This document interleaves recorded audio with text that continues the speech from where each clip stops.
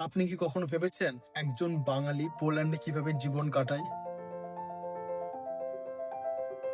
ইউরোপের এই দেশে পড়াশোনা, রান্না, ঘরের কাজ, এখানকার ইতিহাস, এখানকার শীত আর সব মিলিয়ে কেমন সেই জীবন? নমস্কার, আমি রবি আর লাইফ ইন পোল্যান্ড চ্যানেলটা আমার সেই যাত্রার গল্প। আমি একজন বাঙালি গবেষক, বর্তমানে পোল্যান্ডে পিএইচডি করছি। আমার পোল্যান্ড আসা গত 2 বছর হয়ে গেল। অনেকের কাছে ইউরোপ মানে সুন্দর ছবি, সাজানো শহর আর পরিষ্কার পরিচ্ছন্ন, কিন্তু বাস্তব জীবনটা কেমন? একজন ছাত্রের কেমন দিন কাটে, কতটা চ্যালেঞ্জ থাকে, কতটা সুযোগ থাকে, আর কেমন এখানকার ইতিহাস, সংস্কৃতি, মানুষ আর প্রকৃতি। আমরা ইউরোপকে প্রায় দূর থেকেই দেখি, কিন্তু ভেতর থেকে দেখার গল্পটা খুবই কমই শোনা যায়। সুতরাং এই চ্যানেলের মাধ্যমে আমি তুলে ধরতে চাই পোল্যান্ডের দৈনন্দিন জীবন কেমন, একজন বাঙালি গবেষকের রুটিন কেমন। ডেলি গ্রসারি থেকে শুরু করে ঘরের কাজ, রান্না বান্না, এখানকার পরিবেশ, এখানকার মানুষ, তাদের ফেস্টিভ্যাল, এদের খাওয়া দাওয়া থেকে শুরু করে দ্বিতীয় বিশ্বযুদ্ধের সেই স্মৃতি, ইভেন হিটলারের সেই কনসেন্ট্রেশন ক্যাম্প, এখানকার সোসাইটি, সবকিছু আমি ধীরে ধীরে এই চ্যানেলের মাধ্যমে তুলে ধরার চেষ্টা করব।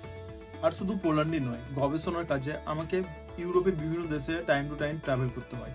ইতিমধ্যে আমি Iceland, Denmark, Austria, Germany, England এই সমস্ত দেশে ট্রাভেল করেছি, আর সামনে আরও ট্রাভেল করার পরিকল্পনা আছে। এই ভ্রমণগুলো শুধু ঘুরে বেড়ানো নয়, আমি চেষ্টা করি প্রত্যেকটা দেশ, প্রত্যেকটা শহরের তার গল্পগুলো জানতে, তাদের ইতিহাস, তাদের সংস্কৃতি, তাদের মানুষ, সেখানকার খাবার দাবার, সেখানকার ট্রান্সপোর্ট ব্যবস্থা, সবকিছু আমি জানার চেষ্টা করি, সেগুলো আমি এক্সপিরিয়েন্স করার চেষ্টা করি। সুতরাং আমি সেই সমস্ত এক্সপিরিয়েন্সগুলো আমি এই চ্যানেলের মাধ্যমে তুলে ধরার চেষ্টা করব।